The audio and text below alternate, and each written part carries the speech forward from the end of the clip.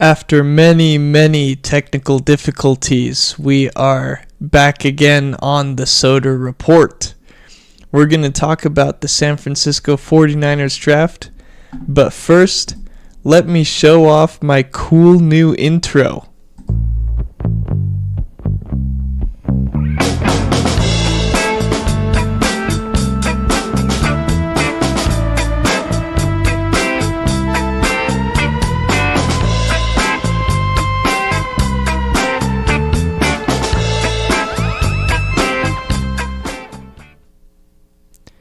That is right. Kyle Soder, host of the Soder Report, made an intro. It only took me a month. You might be surprised that I myself, as a 23-year-old, have the computer skills of an 86-year-old, but I was finally able to figure out how to make an intro after many, many hours of Google searches. But we got it done. Let me know what you think of the intro. It's not going to change very soon because I'm not in the mood to tinker with it anymore. So, we're going to get into the NFL draft today, specifically the 49ers draft. We are going to talk about this guy getting his contract extension later. We're going to talk about what Brock Purdy's contract extension should look like a little later. And we're going to talk about what Fred Warner's contract extension should look like later. But today is all about the NFL draft. So let's get into it. I have the picks pulled up. I got halfway through just a few minutes ago before my internet went down, so apologies to those who were watching live. But I did get to show off my cool intro again. I'm seeing my internet is still having some issues here, so hopefully we can hold up. But round 1, pick 11, Mykel Williams, edge out of Georgia. J. West in the 4th. Jordan Watkins with a comp pick in the 4th, Jordan James in the 5th, Marquez Siegel with a comp pick in the 5th, Curtis Rourke in the 7th, Connor Colby with our first comp pick in the 7th, Junior Bergen with our second comp pick in the 7th. My internet's showing me numbers and I don't know what they mean. 23 arrow up. Christian McCaffrey stock on the rise. That's what it means. Anyway, hopefully you can hear me, I guess, but I'm going to keep talking as if you can. So, let's talk about Mykel Williams, the jewel of the draft. First of all, before we get into the draft, I said before the draft that my expectation for a team that has their franchise coach, their franchise quarterback, George Kittle, Trent Williams, Fred Warner, Nick Bosa, Deommodore Lenoir, and then Christian McCaffrey coming back from injury, Brandon Ayuk coming back from injury, that team should absolutely make the playoffs. They should win at least 10 games, and if they don't, then they either don't have A, a franchise coach, B, a franchise quarterback, or C, either. So that's something we're going to have to evaluate as we go through the season. If they make the playoffs, then perhaps they do have a franchise head coach and quarterback. If they don't, then it's time to look at the 49ers with some criticism. Because they just went 6-11 with Shanahan and Purdy healthy most of the season. So, if they don't make the playoffs this year, sound the alarm. Someone's got to go. But right now, all is well in the land. All is well in San Francisco right now. So, round 1, pick 11. The 49ers select Mykel Williams.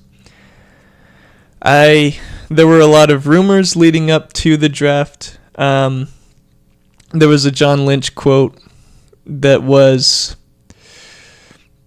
he didn't specifically say Shamar Stewart's name, but he talked about productivity in college versus physical traits.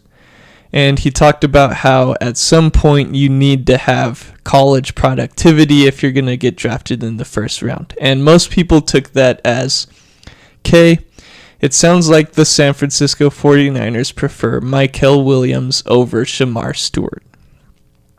There were also rumors that the 49ers really liked Kelvin Banks. I expressed my disapproval of drafting Kelvin Banks at 11. Luckily, the Saints took him at 9. And looking at the Saints organization, we can... I don't need to go into that. But the 49ers take Mykel Williams at pick 11. And I love this pick. I had a watch party for round 1 for Mykel Williams. For round 1, where I broke down some of Mykel Williams. Loved the pick immediately. So, a lot of people compare him to Aldon Smith because of his build.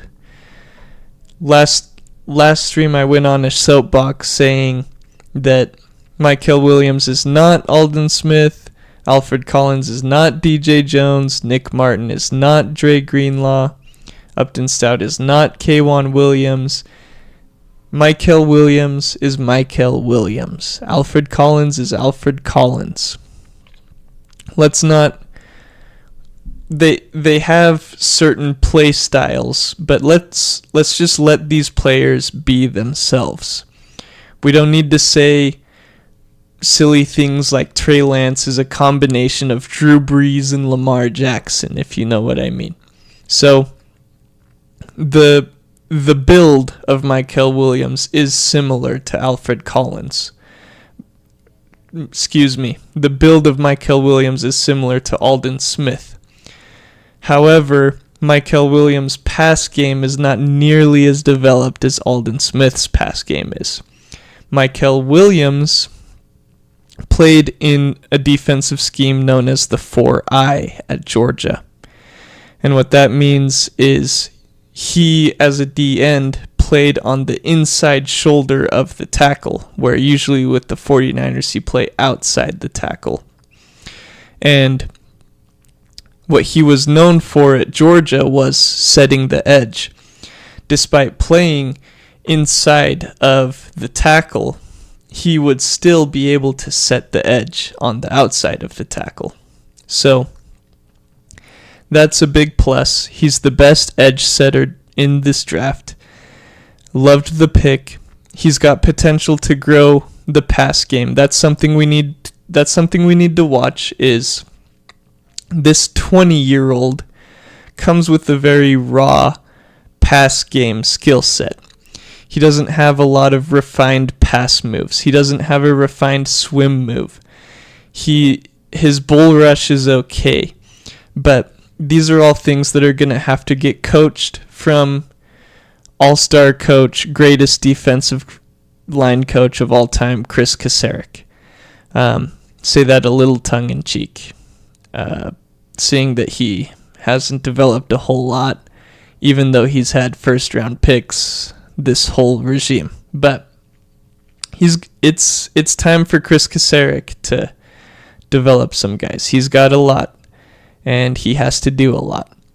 But Mykel Williams, love the pick. I could definitely see a scenario a year from now where we're looking at Mykel Williams and saying, hey, this guy didn't live up to expectations at pick 11 in the NFL draft. What's going on with Mykel Williams? And then second year, he completely he takes a step forward and completely blows us away. I could see that scenario playing out because he's only 20 years old and because he's such a raw pass defender. But his run defense is going to play right away. Second pick that the 49ers made was Alfred Collins, a D tackle out of the University of Texas. Now, a lot of people wanted Walter Nolan at pick 11. And I would have been okay with Walter Nolan. I thought he was a great player. I think he's an aggressive player. But my concern with Walter Nolan is that he is 291 pounds as an interior D tackle.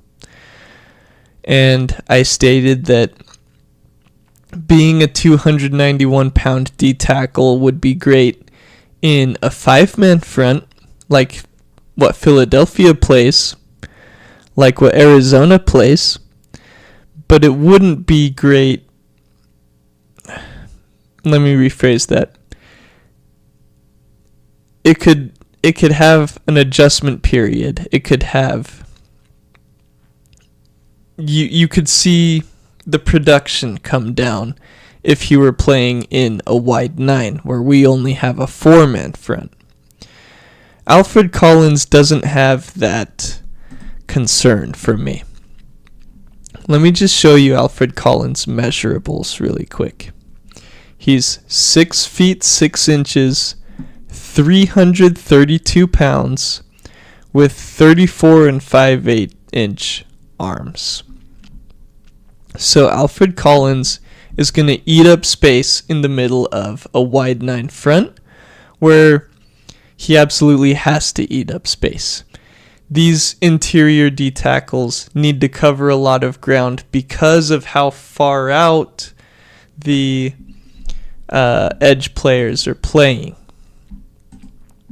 It makes it very tough to cover those interior gaps. It makes it you need to have two space eating D tackles and 2 linebackers who know what they're doing if you're going to play the wide 9. So, Alfred Collins, I think he checks that box. He's a great run defender. Again, there's a theme here with all of these defensive picks. All of them are great run defenders. So, let's talk about Nick Martin. And this is where the conversation gets quite interesting with Nick Martin.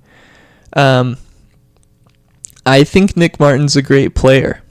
I think he is sort of a prototypical San Francisco 49ers linebacker. I'm going to pull up his profile and you're going to see he's undersized at 5'11 and a half and 221 pounds. His production score was okay at Oklahoma State, but his athleticism score was great. NFL isn't too kind, giving him an average backup or special teamer grade. But as you can see, he ran a 4.53 40. He ran a 1.54 10-yard split. He had a 38-inch vertical jump, a 10'3" broad jump, and he did 26 reps on the bench press. So his combine numbers, his athleticism is off the charts. It's impressive. He had a knee injury in 2024. As you can see, he missed 7 games. He started 5 games. The 49ers really drafted him because of what he did in 2023. He's been on their radar since 2023. He was a first-team All-Big 12 Conference, ranked 7th in the FBS with 140 total tackles. And as you can see, that was the most at Oklahoma State since 1984. So, this guy, he's a great player. He's a great athlete. a lot of people were picking him up in mock drafts in the 7th round. Mock drafts aren't to be taken as Bible in that way. But Nick Martin, you probably could have gotten Nick Martin in the 5th round. So, the 49ers, at the end of the day, they're bringing back a good athlete to Santa Clara. They just could have gotten this athlete in with the Jordan James pick, or they could have gotten him with the Jordan Watkins pick, and they could have picked someone else. Let's just go for fun. Let's go back to the 3rd round and see who was on the board when the San Francisco 49ers were picking. Siobhan Revel, that's a great player. Princely Umanmielen. I can never get his last name right, but that's another great player. Jordan Birch, you guys all know how much I love Jordan Birch. I think the Arizona Cardinals had an incredible draft, getting Walter Nolan, Will Johnson, and Jordan Birch with their first 3 picks. I thought that was a great draft. You could have drafted a guard with Dylan Fairchild. He's a great guard. You could have had Caleb Johnson, which, running back, whatever. But you can see there are a lot of great players on the board here. And it's a little disappointing that you reach so much for a guy when there are so many great players. Now, like I said, you're bringing back a great player to Santa Clara, but the point I'm trying to make is you could have brought that same player back to Santa Clara in the 5th round and brought back an even better one with that pick that you chose to spend on Nick Martin. We all agree that Dre Greenlaw he overplayed his 5th round pick. If the 49ers would have drafted Dre Greenlaw with the 37th overall pick in the 2019 draft, then no one would be complaining about that pick right now, because he absolutely played that well. But if the 49ers picked him at 37 in the 2019 draft, they wouldn't have gotten Deebo Samuel. That's the issue with reaching for players. It's not that you don't get good it's not that the player you reach for isn't a good player. You just pass up getting more high-end talent. So that's the issue that I have with the Nick Martin pick. Once again, great player. Lots of people are saying he's Dre Greenlaw. I say pump the brakes. Just let him be Nick Martin, but he fits the cookie cutter that the 49ers are looking for at linebacker. Next pick was Upton Stout, another one that was a little bit of a head scratcher. This guy was projected as a 6th or 7th round pick. Some people even had him going undrafted. And a guy that I talked about quite a bit, Kobe Bryant, he did go undrafted. As you can see, the production score was mid, athleticism score was mid, total score mid. Which I don't think this really does it justice, because take a look at these. This is a combine warrior. The definition of a combine warrior right here. 4.44 40, 151 10-yard split, 37.5 vert, 10'8" broad jump, 4.29 20-yard shuttle, and at 181 pounds, he put up 21 reps on a 225-pound bench press. So this is an interesting player.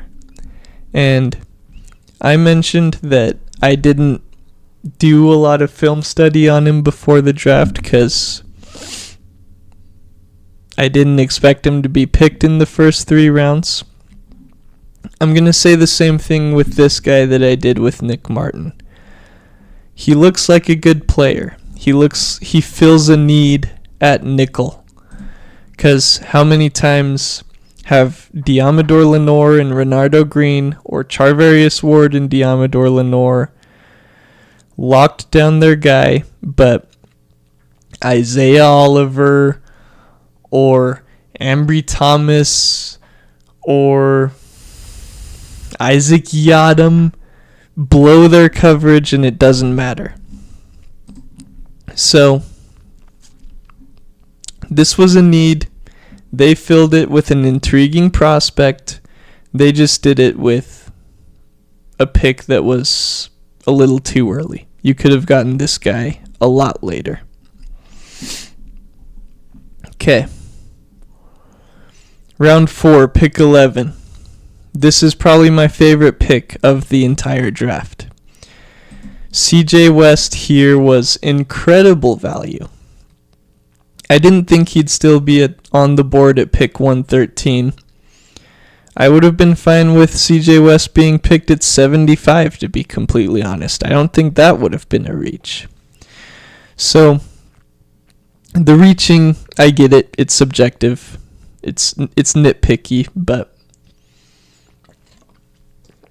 I really liked this pick. I think they got him at great value in the 4th round. CJ West's attitude it's funny to me. He talked about in his interview how he likes lining up across from centers and punching them in the face. And he took a picture on social media of him in a shirt that says, "I hate quarterbacks." So this guy seems like a little bit of a maniac, and I love it. I think he fits into what the 49ers are doing in these first 5 picks. And I think he's an instant starter over Jordan Elliott.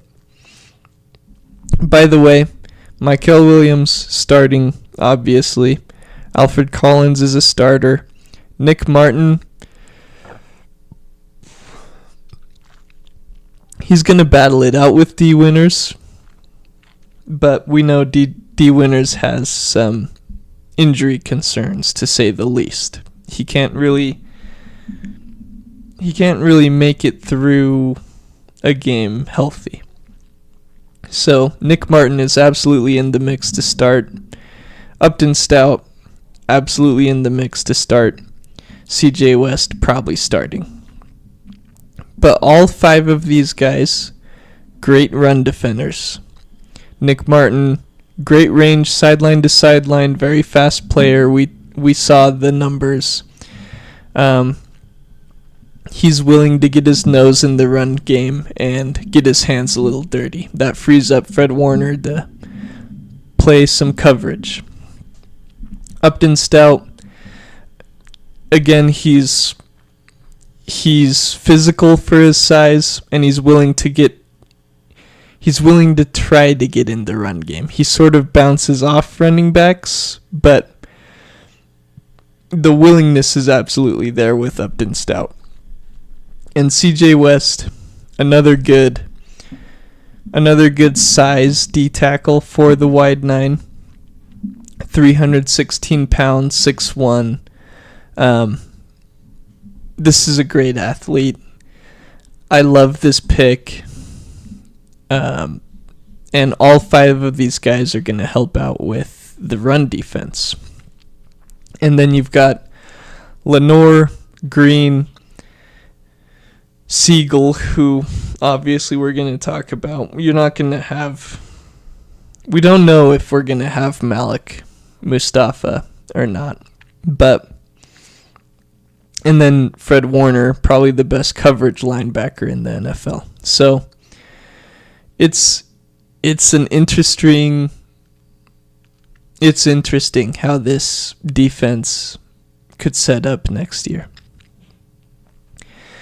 Round 4, pick 36. First offensive player taken with the 6th pick that the 49ers have, Jordan Watkins out of Mississippi.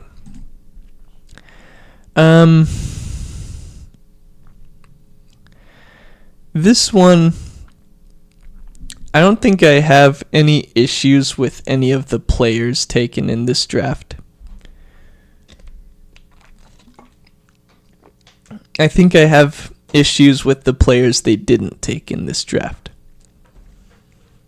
Like Jordan Watkins, he seems to be in the Isaac Cowing archetype, where he's a very fast player.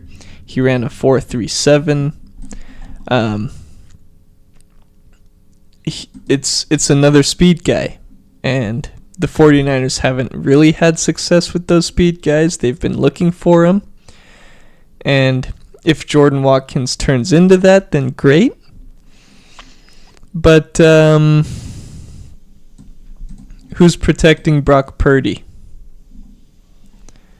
I don't see any O-linemen, and this is pick 138. Pick 147. Surely it's an O-lineman, right? Nope, it's a running back. Pick 160. Surely it's a offensive lineman. Nope, safety. Pick 227. Surely offensive lineman. Nope, quarterback. And then finally at pick 249, they pick a guard. So Jordan Watkins, he could definitely turn into a good player.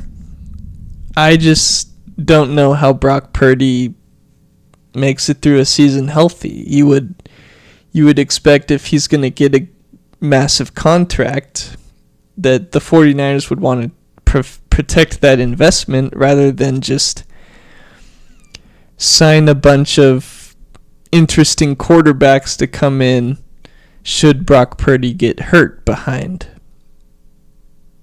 Well, I don't want to say it's the worst O-line, but a mid-offensive line.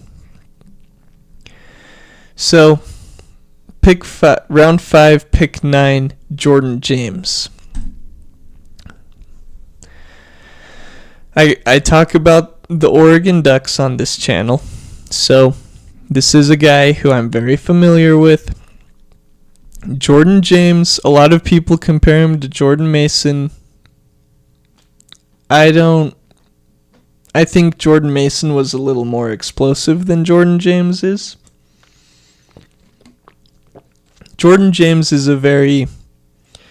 he's a powerful runner. He has good vision. He knows where to go once he gets the football. And he can break through the line of scrimmage. He can break through arm tackles. He lacks explosion. Oregon Duck running backs have a reputation of being explosive players, like LaMichael James, like DeAnthony Thomas, and then even Bucky Irving. He's an explosive player. But Jordan James is not that. He's not a guy that's going to break through the offensive line, make a man miss, leave him in the dust, and go 75 yards for a touchdown. That's not Jordan James' game. He's going to get the ball.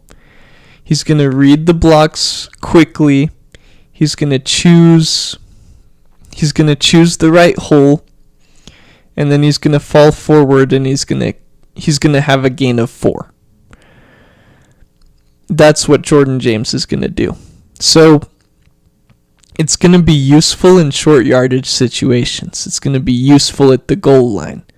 I mean, we had our fair share of goal line issues last year, so I guess he'll help out with that, but there were other running back prospects that did not lack explosion, like Jaden Blue. Did not lack explosion. Taj Brooks is a great all-around running back. I really liked Ollie Gordon because he had a receiving component as well. Jordan James doesn't. And it seems like Jordan Mason was riding the bench because he didn't have that receiving component. So, I like Jordan James. I wonder if he'll get doghoused by Kyle Shanahan for not being a great receiver. I think he can be utilized well in short yardage situations. Don't expect a guy that's going to break away from defenders, make a man miss, and go 70 yards. That's not what he does. Round 5, pick 24. This was one of the more interesting picks. We got some unfortunate news after the draft was over that Malik Mustafa, there's differing reports he has an ACL injury. There's differing reports. Some people say he tore it. Some people say he just tore the graft. Some people say he's going to be back week 1. Some people say mid-season. Some people say out for the year. This is completely new information. We don't really know where it's going to settle. Mustafa and his family are saying week 1. We've heard athletes say a lot of things. Most people seem to say mid-season, so we'll just have to see. But long term, if we just step back and look at the plan for what the San Francisco 49ers safety room is going to be. Marquez Siegel is a great complement to Malik Mustafa. Malik Mustafa, Mustafa is one of my favorite players on the team already. I think Dre Greenlaw was the soul of the 49ers defense because of how hard he hit. Malik Mustafa doesn't fill all of that because he's a safety. He's not making those plays nearly as often. But Mustafa seems to have the same attitude that Dre Greenlaw does. He comes downhill like a rocket. He shoots through your screen. It's just a flash of red. And he blows up the ball carrier. And it's so much fun to watch. I love watching Malik Mustafa. Marquez Siegel doesn't really come downhill that well to fill in the run game. I see Marquez Siegel as more of a center fielder, better coverage guy. He had an incredible athleticism score. But I see him more as a center fielder, more as a free safety. And until Jair Brown can be the strong safety until Mustafa gets back, and then Mustafa can be the strong safety, which is where I think he's going to be best. So I really like this pick just because of how well it complements Malik Mustafa. And I would also say Jair Brown's taken a lot of crap over the last year.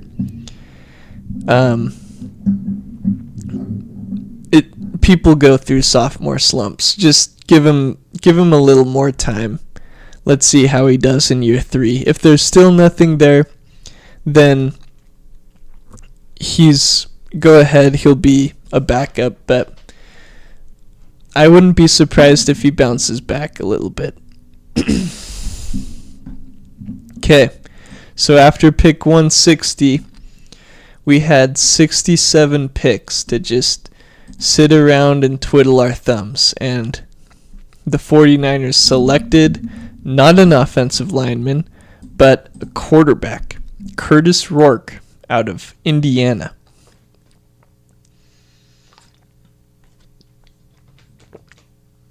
A lot of people don't like him because he's a quarterback. But don't be dissing the Maple Missile. That's his nickname, the Maple Missile. Curtis Rourke was, I think he was top 5 in Heisman votes. I know he was top 10. He came from the University of Ohio, so just a small MAC school, transferred to Indiana, and you have to realize Indiana at this point was the losingest, if I may say that word, the losingest, the school with the most losses in college football. The Indiana Hoosiers were never good. They were never anything. And it's just, this guy took that university and took him to the college football playoff. And that has to count for something. That has to count for at least something. To take a team like Indiana, and Curt Cignetti gets a lot of credit too for turning that around, but taking them from the basement and then winning 10 games, going 10-2 with them, 11-1, whatever they were. Their only loss being to Ohio State, I believe. Yeah. So let's look at what they say. So he's 6'4", 220. He's got 9 3/8 hands. Production score wasn't the best. I would disagree. I think he produced incredible in college, but they say that Rourke earns a draftable grade because of his size, experience, and production. He's coming off of an ACL tear, but the injury might not have a major impact on his draft slotting since his game isn't built on mobility. I don't know if that's quite fair to say. If he's playing through an ACL tear, then he's not going to be mobile, obviously. So I think he's more mobile than he gets credit for because no one cared who Curtis Rourke was when he was playing in Ohio. And I think he's more mobile than what people give him credit for. So take that with a grain of salt. Let's see what happens when he's fully recovered from his ACL. His strengths are he has prototypical size for an NFL pocket passer. He rarely panics when defense brings extra rushers, shows flashes of desired touch on second and third level throws, sneaky effective at eluding pressure despite average mobility. The UCL game best shows his potential. Gutted out an entire season on a torn ACL. His weaknesses are he's sluggish with his release quickness, can be too willing to put throws in harm's way, accuracy drops off when speeding up his process, inconsistent in leading moving targets with ball placement, saw a high number of passes batted down or broken up, can run a little but can't beat defenses with his legs. Again, the mobility weaknesses, take him with a grain of salt because they might not be completely accurate. So Curtis Rourke, I think he plays a similar brand of product to what Brock Purdy and Mac Jones play. I think he's the type of quarterback that Shanahan likes, obviously, since he drafted him. I think it's interesting that Shanahan brought up his size when he was talking about his interview. And Brock Purdy was sort of defending. He went famous for saying that he throws blind 40% of the time, which Steve Young mentioned that he throws blind quite often too in a interview, I don't know how many years ago. But Steve Young said the same thing. So I don't really take too much from that, but I would figure that Curtis Rourke at 6'4" sees the field better than Brock Purdy at 6'1". So, is this a quarterback competition? Absolutely not. This is a guy who's going to battle it out with Tanner Mordecai for the third string spot, but firmly QB1 is Brock Purdy, QB2 is Mac Jones. The only quarterback controversy is who is QB3. Okay, round pick 249. 49ers selected Connor Colby with the compensatory pick. 7th round compensatory pick, the 49ers finally select a guard. This is way too late. And you'll notice that none of these are tackles. They didn't select a single tackle to develop, even though there's a good chance that Trent Williams and Colton McKivitz are gone next year. They didn't select a single tackle to develop. They didn't select a single center to develop behind Jake Brendel. And they waited till pick 249 to pick a guard? Are you kidding me? This is the big issue that I have with this year's draft class. And a lot of people have talked about it. So, like, it's almost like Chris Forrester, the 49ers offensive line coach, talked about how the 49ers prefer to pick players who score touchdowns rather than block for players that score touchdowns. And this trend continued this year. But it's just weird to me that you can go D-line, linebacker, corner, D-line. So D-line is obviously an area of priority for you on defense. Years of this regime, the 49ers were bragging about how they had 4 first-round defensive linemen on their team. But when it comes to offensive line, it just gets swept under the rug. So I don't understand why they wait this long. He's not going to compete for the starting job. It's going to be Spencer Burford or Ben Bartch starting at left guard. A lot of people say Ben Bartch is ahead in that competition because he played a really good half in the snow in Buffalo.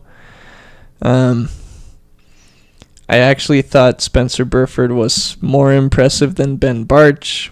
But again, we're talking about Spencer Burford and Ben Bartch playing next to Trent Williams and playing next to Jake Brendel. So we'll see what happens. But I don't like how they waited till the 7th round. And 2026, I want to say it has to be O-line heavy, but we say that every single year. So who even knows where their first O-lineman is going to be next year? They finished the draft at pick 252 with Junior Bergen, wide receiver out of Montana. This is a special teams pick. Kyle Shanahan said that he was going to, if he makes the team, it's going to be because of his return ability. He's going to be returning kickoffs.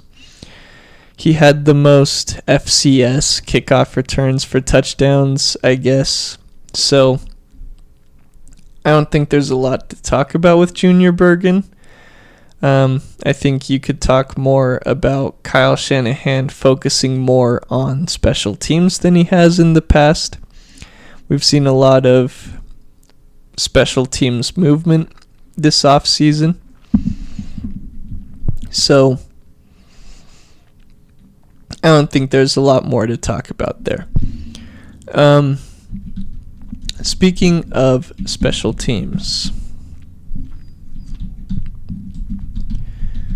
they brought in a kicker. My throat is dry and my water is gone. So this is going to finish up soon. So the 49ers bring in, what is that? Six different undrafted free agents. They bring in running back Corey Kiner, Isaiah Nayer. They bring in Drew Moss. So they picked 2 offensive linemen. They got 2 offensive linemen in this draft. They brought in Sebastian Valdez, another big-ish defensive lineman. Stone Blanton out of Mississippi State, a linebacker. Jacob Robinson out of BYU, seems like another slot corner just by the build. Where's the kicker? No kicker? He's not showing the kicker. They brought in a kicker. And what was the big deal about the kicker?